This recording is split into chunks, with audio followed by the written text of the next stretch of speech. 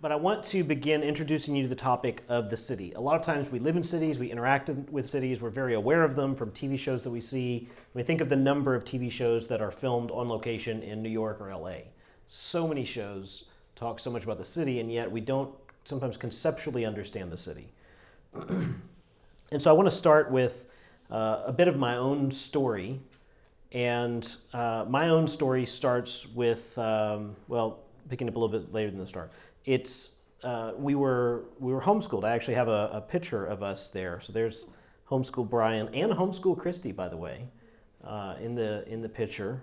What's one of the striking things you notice about this photograph?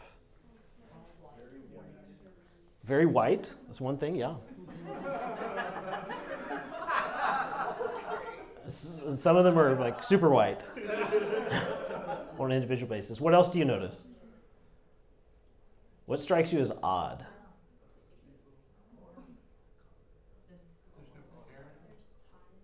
There's tile? They don't make fun of this house. Brick. That's brick is odd? Okay. I mean, teach their own. Look at the clothing. This is not how, like, yeah, the style of clothing. So we grew up very, very conservative. I mean, I was kind of the bad boy at church because I played guitar. I played hymns on the guitar, but it still was guitar, and so I was. Many people had their serious doubts about me. I've heard sermons against the NIV translation of the Bible.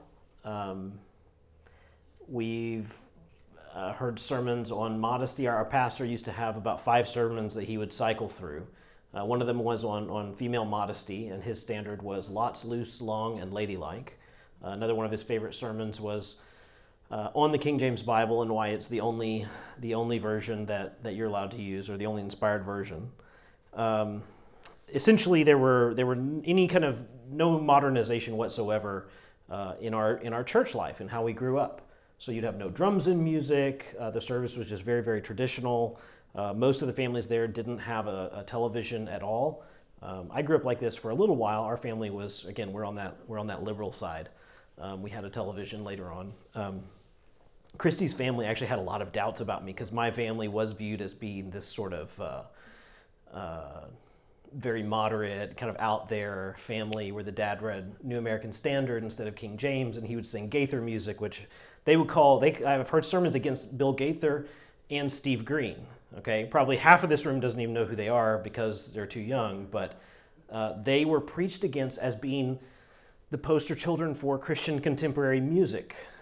Now, whether you like them or not, I don't care, but if you think that is Christian contemporary music, CCM, you don't understand what CCM is. So this is how we grew up. Our idea was that the church was like a bomb shelter. We have to keep ourselves clean. We have to keep ourselves safe. We can't interact with anybody out there in the world. And so I remember my first trip to this place, New York City.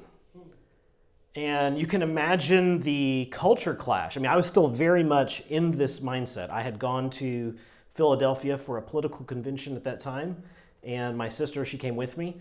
And together we took a train, went up to New York City. And I got off, and of course, if you've ever been in New York City, you're just impressed by the immense density. 8 million people on Manhattan Island. Manhattan Island's about 4-ish miles wide and 12 miles tall. So not very big to have 8 million people kind of crammed into. So you're just amazed, how aggressive the driving is and how fast everybody walks, all these kind of things. Well, I'm standing there on the corner. We're waiting on something, and somebody walks by, and they have these people there in New York who pass out flyers. And it's evening time. Somebody hands me this flyer, and I look at it, and it's, such and such club, cabaret, hi, my name is so-and-so, like Cinnamon or something like this, and like, come see me at such and such club. And there's a pretty invitational type picture on the front. And of course, now remember, look at this picture over here, okay? we're worlds apart. About 30 seconds later, somebody else comes up, hands me another one, and it's like, I'm Sugar. And like everybody has a spice name. And after a while, I realized if I stand here all night long, I'm going to have a stack this tall of these pamphlets.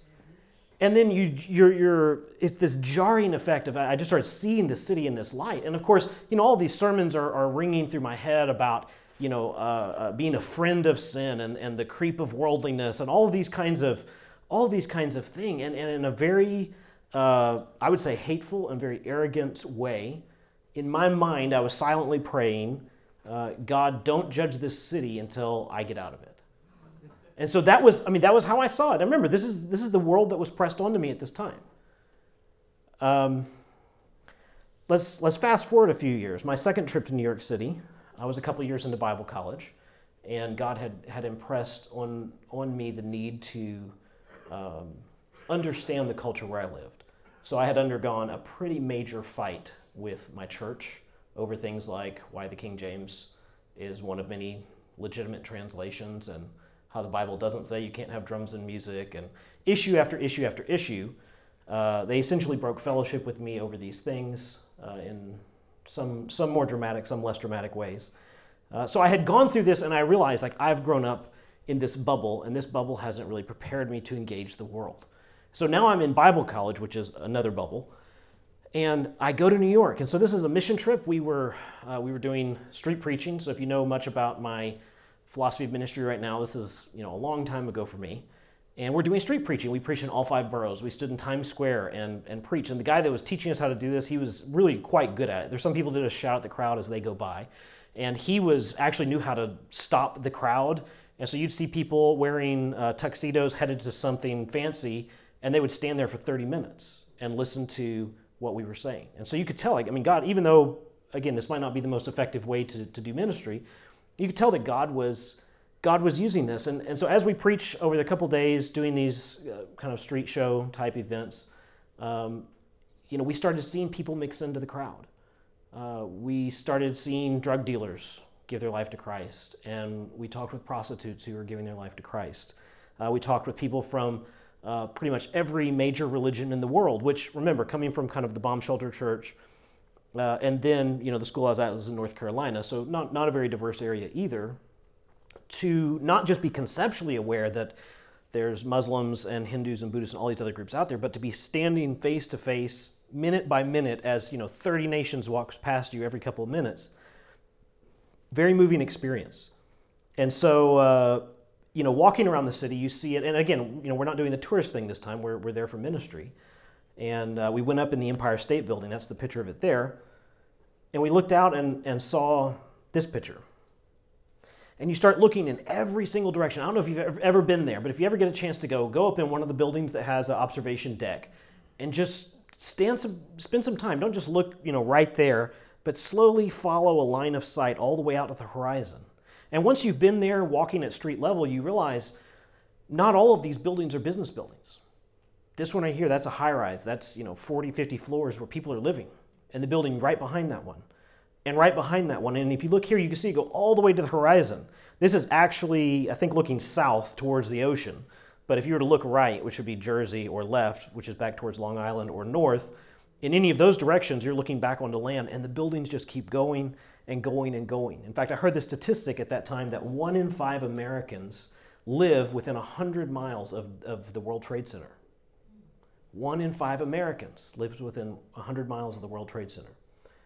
So that was incredible to think through that and to actually be experiencing that, to have actually personalized the people, to have met them, to talk with them on the street, to hear their story, to understand, why are they in the life that they're in, why are they trapped in sin, to see some people turning away from that, a very moving experience. So God did 2 things. Number 1, God broke my heart for this city.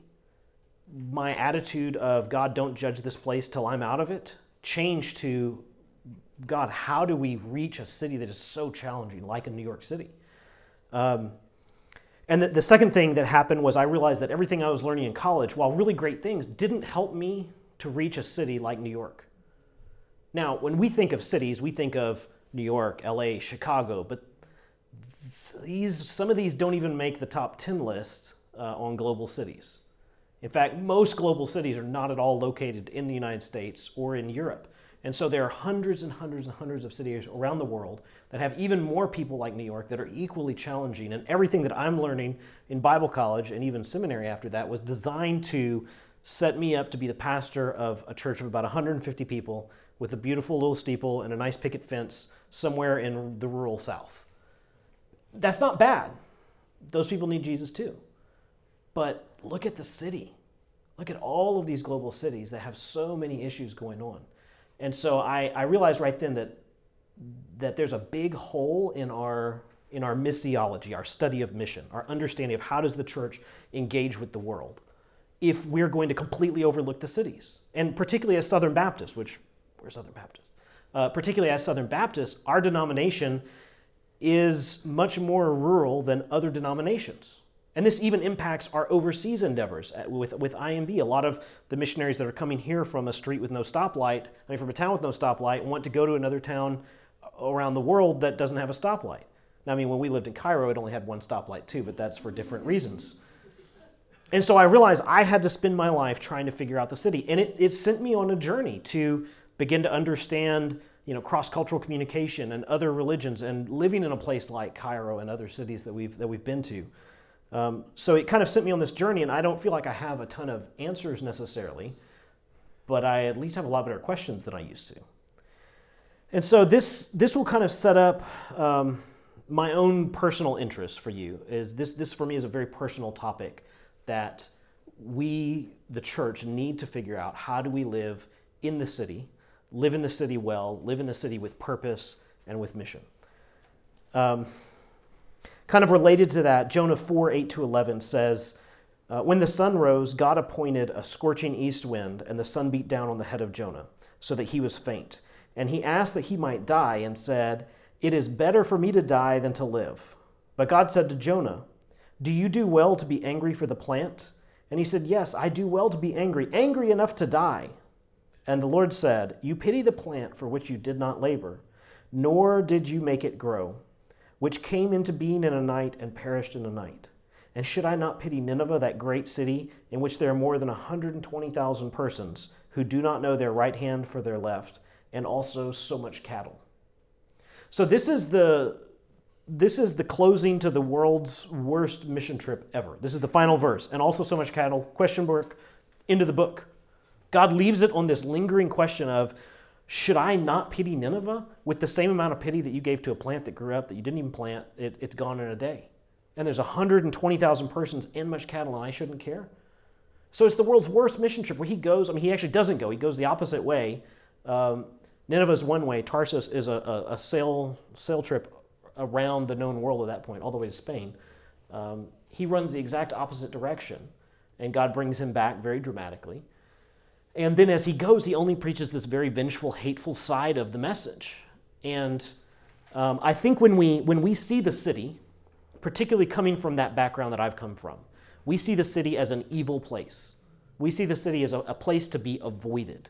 Good people get out of the city. And I've heard sermons about Sodom and Gomorrah with Lot, and how you can just see Lot. He pitched his tents in this valley, and then before long he's in the gate, and then all this stuff is happening to him. During one of these nights, I'll probably share a little bit about Lot and a very different way of reading that story. But story after story, the few places in the Bible that talk about cities, we see through this lens of the city is terrible without seeing the city from the eyes of God, which is these cities have people and cattle. Why does God care about cows? What's that? Sacrifice? Could be sacrifice. Could be economy. We kind of spiritualize God as this spiritual being that only cares about things like humility and piety and worship. But I think there's a total picture to God. He made the whole world, and he put Adam and Eve in the garden to be gardeners first, not to be pastors or to be missionaries first. And so there's this side of God and the whole biblical narrative, I'd argue, that we overlook. And it's not wrong to get the spiritual thing. I think we need to get the spiritual thing. But we also need to see there's a physical side where God doesn't just care about peoples. He cares about cities, and he cares about systems, and he wants all of these things redeemed and brought back under his control. So I want this passage to kind of frame our mindset. Some of us are Jonah. We're that very reluctant person. We're that very judgmental person. I had been interim pastor for a church for a little bit, and there's this guy who came up, and they were kind of like this church was years ago, where the neighborhood had changed. They had also gone through a church split, so there were maybe 30 or 40 people left. And they had enough money in the bank to keep them going for a couple of years, but they also realized, hey, we're not growing. What are we going to do?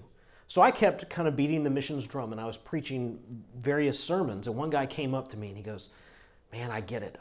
I'm ready to be a missionary." And my first thought was, "Yes, finally. Look at some fruit, finally." And his next sentence was, "Because I just hate my neighbor." Yeah, going to another culture, that's really going to fix how you feel about people. So his whole motivation was, I just want to get away from people, so I'm going to go be a missionary. He never went, thankfully.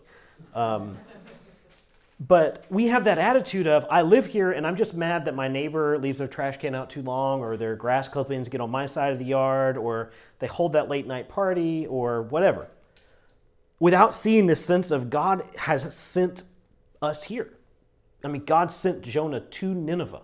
Now, I think Jonah's a good theologian. I think Jonah understands what Nineveh is going to do, right? Nineveh is not just a benign city that will do nothing in Israel's future. Nineveh is part of an empire that's going to come and judge Israel. Jonah's also aware of how evil Israel is. So if I go and I make our enemies strong, God is only going to use this to judge us. Fine. But God still called him to go. And God brought repentance. Even when there was a lack of biblical attitude on the part of Jonah, even when there was a lack of biblical preaching on the part of Jonah, God still brought these people to repentance. And I think sometimes we are Jonah, where we're just trying to get these people off our lawn, or keep their music on their side of the audio fence, or whatever, instead of seeing God looks at Houston and he doesn't just see the traffic and the noise and the terrible summer heat. He looks at the 6.5 million people from almost 200 countries that are congregated here. That, as it says right here, they don't know their right hand from their left. I mean, some of the phone calls, the random calls where people are just reaching out for help and they call the church and talk to me or Jonathan, they don't know their right hand from their left. And so God teaches us a lesson through Jonah about loving our enemies. He teaches a lesson about how he sees the city. And so I'm going to start each night with just a short devotional where we pick up an urban passage, and hopefully I'm able to draw out some of the themes so that we see what is God's heart for the city. Because as we've mentioned before, we are a multi-ethnic church, and we spend lots of time talking about what is God's vision for the multi-ethnic church. How does being in Christ tear down the dividing wall between God and man, and then man and man. But the same thing, we need to do the same thing for the city.